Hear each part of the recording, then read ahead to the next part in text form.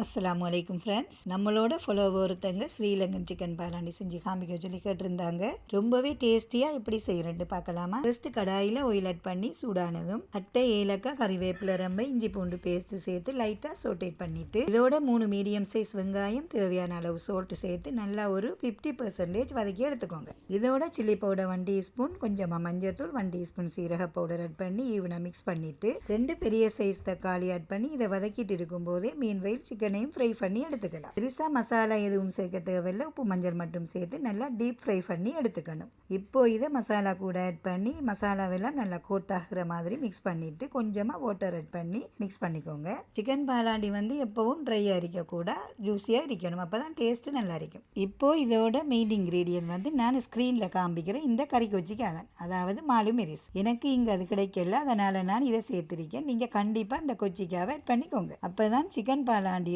Original flavour கிடைக்கும். இப்போ 2 எக்கில் salt, pepper, cumin powder சேர்த்து நல்லா பீட் பண்ணி இது கூட சேர்த்துட்டு ஒரு 3 மினிட்ஸ் லிட் போட்டு குக் பண்ணி எடுத்தா நம்மளோட ஸ்ரீலங்கன் சிக்கன் பாலாண்டி ரெடி. இப்போ இதை நல்லா மிக்ஸ் பண்ணிட்டு ஃபைனலாக மேலாப்பில் சீரகத்தூள் ஆட் பண்ணி சர்வ் பண்ண வேண்டியதுதான். கண்டிப்பாக நீங்களும் ட்ரை பண்ணி பாருங்கள். அப்படியே நம்ம சேனலையும் மறக்காமல் ஃபாலோ பண்ணுங்க.